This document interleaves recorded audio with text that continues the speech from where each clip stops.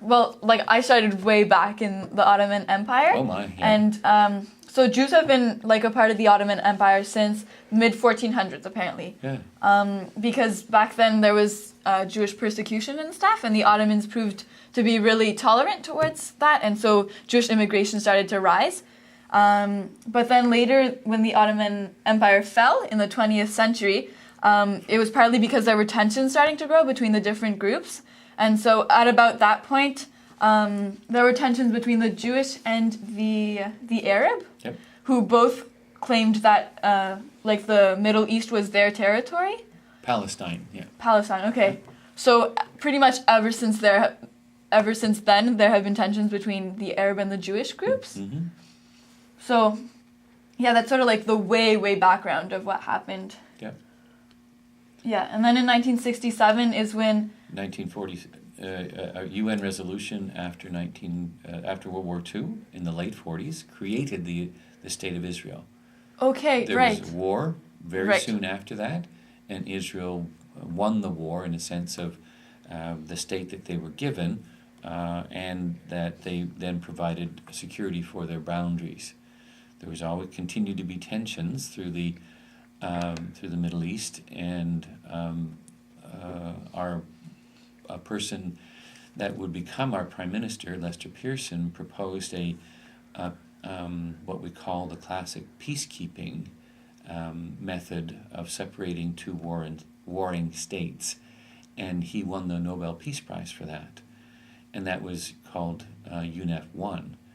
Okay. And later in 1967 there was another war, and again classic peacekeeping methods were used, and then in 73. In 67? Yeah, in 67. Apparently there were a couple like peace contracts. Yep. I guess that's in 1969.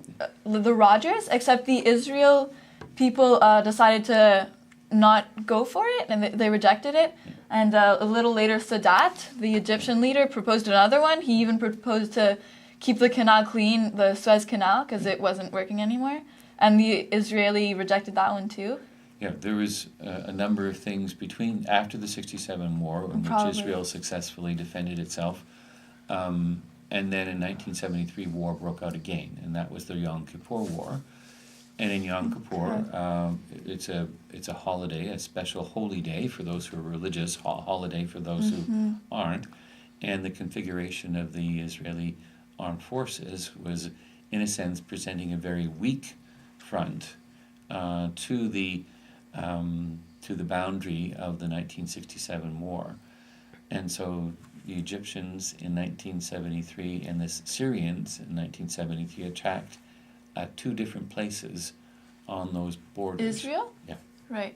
Okay. And it was quite ingenious in terms of the military efforts used on the one hand, and was almost successful, but it wasn't in the end. And again, it turned around, and Israel took back. Israel at first contracted quite a bit in that several-day war, and then they managed to turn it around and then expanded from the 1967 boundaries. And then there was an agreement, as you said, peace contract. Okay. Along those lines, wanting to make a more permanent kind of peace. But then in 1973, the Yom Kippur War broke out.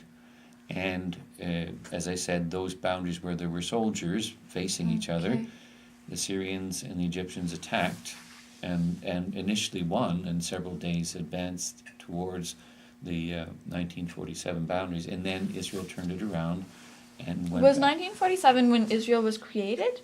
Right. So they had those initial boundaries, and then 1967.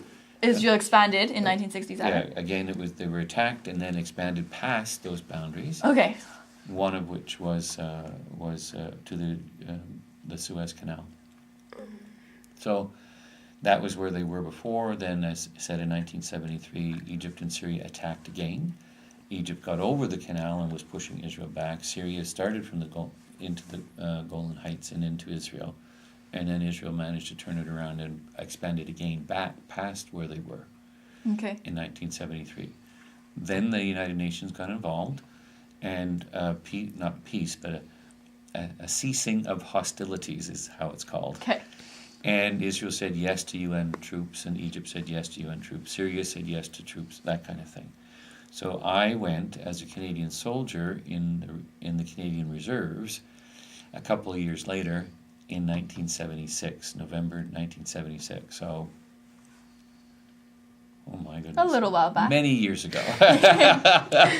And I was assigned as a driver from November 76 to May 77. Okay. So the Olympics was just happening in Montreal that right. summer. Yeah. And I was doing my young In men's Israel. university summer job up in Ottawa, doing the changing of the guard. And I had put in to do a 6-month peacekeeping force. And I did that 6 months, and I received this medal as a way of saying thank you to individual soldiers. The United Nations would give this to individual soldiers. Oh.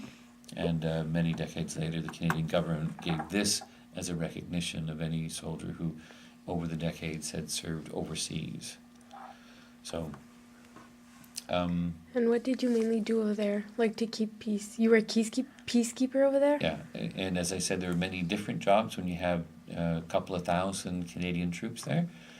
And my job was at the United Nations headquarters, and I was a driver. And my main job description was to drive the chief logistics officer, a colonel, wherever he wanted.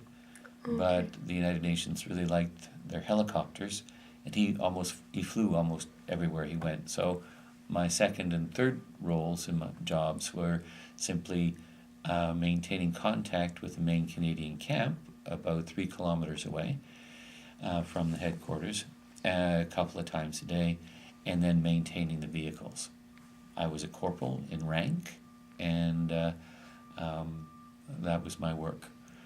And I worked usually Monday to Friday and had weekends off, and 8 hours a day. And there's an old joke about don't call on the UN on the weekends. They're all partying. Or having a weekend off, whatever. So I did enjoy some time off, official time off, and did to visit a tour of Israel and a visit to the pyramids in Cairo, because the main headquarters was situated right on the canal in a town called Ismailia. And if you had a map of Egypt, you could see that town. It was where the president of Egypt his summer palace was in that place. Okay. Yeah. So when you were over there was no actual war going on? Technically, there was no peace accord signed. Later, 3 years later, it would be called the Camp David Accord, and it was peace between Egypt and Israel. And Sadat, that same president of Egypt that you spoke about, was the one who, with the president of the U.S. and the Prime Minister of Israel, they got together and signed a peace accord. But that was 3 years later. So technically, they were still at war, Egypt and Israel. They had agreed for United Nations soldiers to be there.